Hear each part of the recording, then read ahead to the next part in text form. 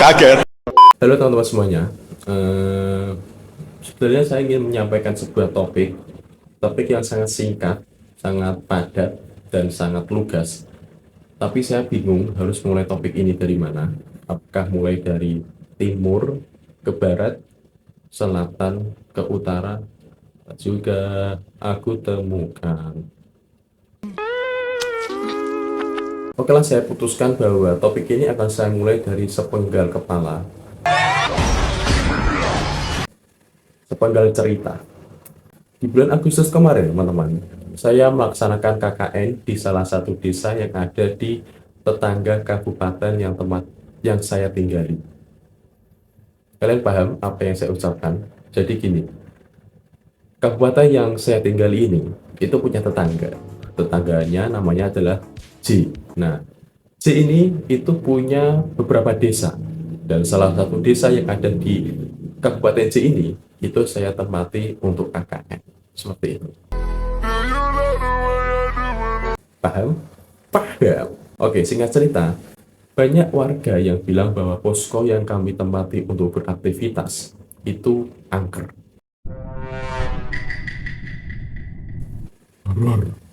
Menyeramkan. Bohong. Yang bener.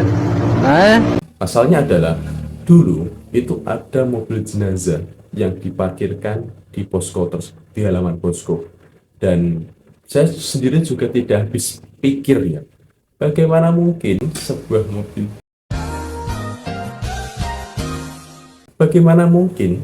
mobil jenazah itu diparkirkan di tengah-tengah pemukiman warga. Sesuatu yang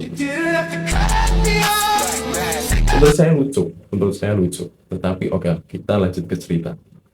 Nah, ketika di malam hari, beberapa warga bersaksi bahwa selalu ada suara-suara gaduh, selalu ada suara-suara berisik dari arah mobil tersebut.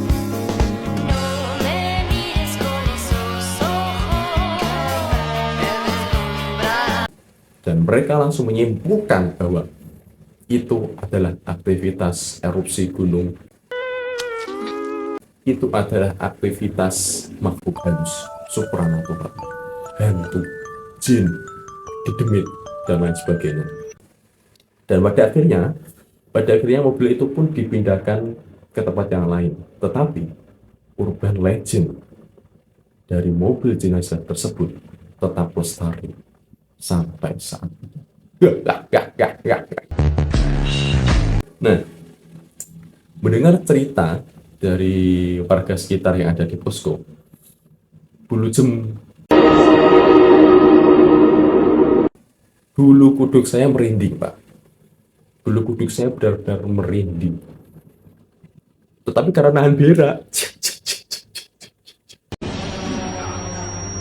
Nah, sebentar, teman-teman. Makhluk halus.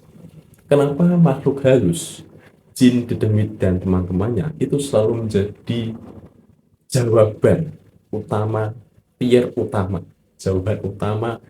dari sesuatu yang tidak bisa dijelaskan? Coba kita flashback ke cerita tadi. Ada suara berisik, ada suara gaduh dari arah mobil jenazah. Ya memang mobil jenazah. Beberapa orang ketika mendengar cerita tersebut juga pasti akan yakin dan setuju bahwa suara-suara tersebut itu pasti juga dari aktivitas supranatural, karena kan mobil jenazah. Tapi coba kita bermuhasabah diri, teman-teman. Kita bermuhasabah. Mengapa tidak ada jawaban lain selain hantu? Kenapa tidak tikus misalnya? Loh, daripada hantu, tentu jawaban tikus lebih masuk akal, lebih nalar daripada hantu. Tapi menurut mereka, hantu lebih masuk akal ketimbang tikus. Ketika saya mencoba untuk menyangkal itu, mungkin tikus, Pak. Mungkin hewan-hewan seperti tikus ataupun curut misalnya. Nah, kalian tahu apa jawaban mereka? Ini ya harus kalian dengarkan. Loh, tikus? Bagaimana mungkin tikus bisa masuk ke dalam mobil jenazah? Kan mobil jenazahnya tertutup. Hantu lebih masuk akal daripada tikus.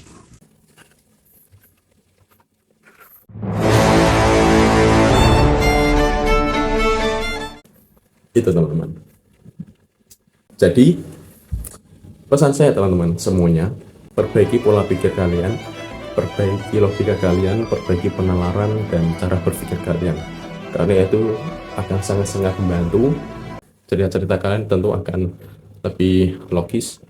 Dan hanya itu teman-teman semuanya, dan sampai jumpa.